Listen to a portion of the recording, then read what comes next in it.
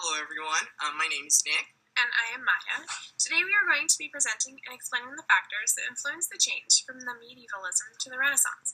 We will also be presenting you with a mnemonic device that we hope will assist you in your studying for this exam.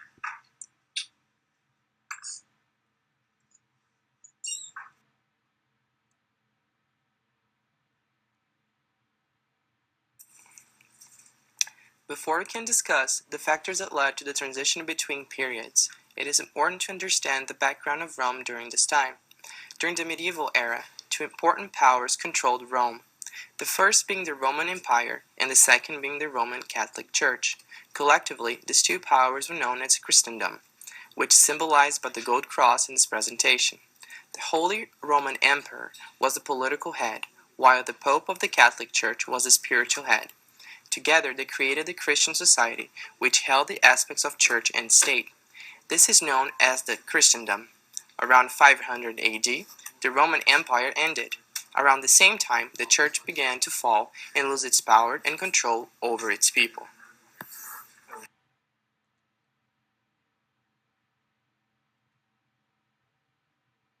This in turn began the transition from the medieval era to the beginning of the Renaissance. There are three main factors that led to the transition, known as dogs eat poop.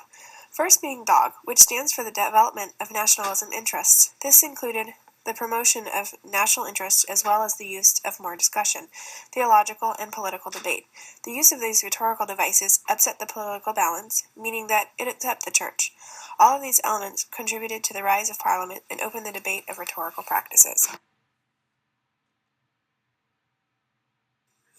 The second being eat, which stands for the ease in the spread of ideas. The ability to travel became more readily available to individuals. There was also a development of the printing press, which was largely influenced by Martin Luther's work. Due to the development of a vernacular language, ordinary people were able to use a common language to communicate with one another. Such an ability created a mobility for writings, such as newspapers from the printing press, to spread through the population. In addition, there was a rise of a middle class occurring that gave ordinary people a voice to spread ideas.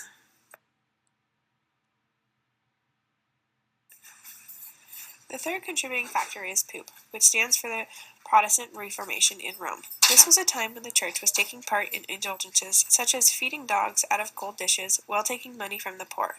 It was also a time when the priests and monks were having sex with prostitutes.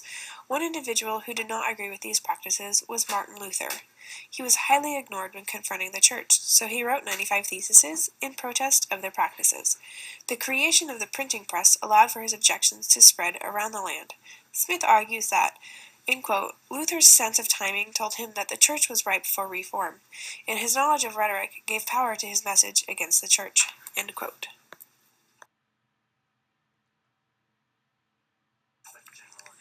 Last, it is important to acknowledge the consequence of this transition. These factors led to many wars between the Catholics and the Protestants, known as the 30 Years' War between 1618 and 1648. The war was finally stopped by a series of treaties and the Peace of Westphalia. The Renaissance was a time of the rebirth of rhetoric. This rebirth proved to be an important aspect to the history of rhetoric, as it was finally restored to its former glory by men of the Church, similar to how it was during the time of Augustine.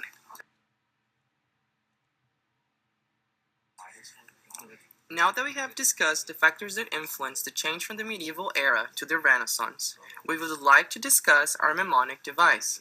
As you may have noticed, we came up with the phrase, dogs eat poop.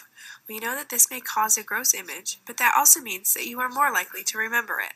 So, when staring at your exam wondering, what are the reasons? You can remember that yes, all dogs eat poop.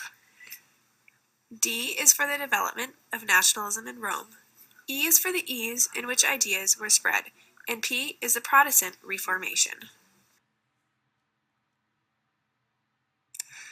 This concludes our presentation. Thank you for watching and good luck in the exam.